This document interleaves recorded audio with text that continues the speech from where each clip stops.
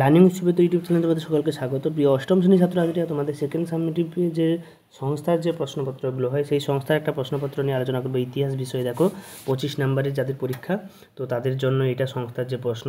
তো অষ্টম শ্রেণী দেখো, একের দাগের 10টা প্রশ্ন রয়েছে। চিরস্থায়ী বন্দোবস্ত কে চালু করে? Lord Cornwallis. বাংলায় কবে নীল বিদ্রোহ হয়? না 1859 থেকে 60 পর্যন্ত হয়। ভারতে টেলিগ্রাফ চালু করে 1851 খ্রিস্টাব্দে। বাংলার প্রথম কোথায় চটকল স্থাপিত হয়? রিসলাতে। ভারতে প্রথম ইংরেজি সাপ্তাহিক পত্রিকার নাম হচ্ছে হিকির বেঙ্গল গ্যাজেট পত্রিকা। না কবে সতীদাহ প্রথা নিষিদ্ধ হয়? 1829 খ্রিস্টাব্দে। আর্য সমাজকে প্রতিষ্ঠা করে দয়ানন্দ সরস্বতী। দিকু কাদের বলা হয়? বহিরাগত মহাজনদের। সাঁওতালরা দিকু নামে পরিচিত। বাঘা যতীনের আসল নাম কি? যতীন্দ্রনাথ মুখোপাধ্যায়। কার নেতৃত্বে অনুশীলন সমিতি গড়ে ওঠে? দেখো বনবিহারী দাস। ভারত সভাকে প্রতিষ্ঠা করে সুরেন্দ্রনাথ বন্দ্যোপাধ্যায়।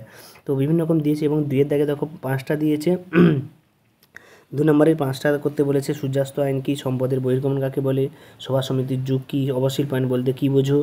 তো এখানে দিয়েছে 5টা এবং 5 নম্বরে একটা প্রশ্ন করতে হবে। 3টে দিয়েছে যে রেলপথ ও টেলিগ্রাফ ব্যবস্থার বিকাশ সম্পর্কে আলোচনা করো।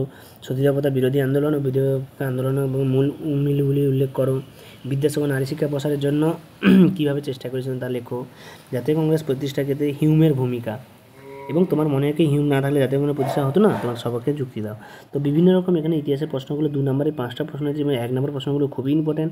অনেকে দেখবে হুবহু 100% প্রশ্ন লেগে যেতে পারে। তোমরা এখান থেকে করো, একদম 25-এর 25 তোমাদের একদম ধরা বাঁধা।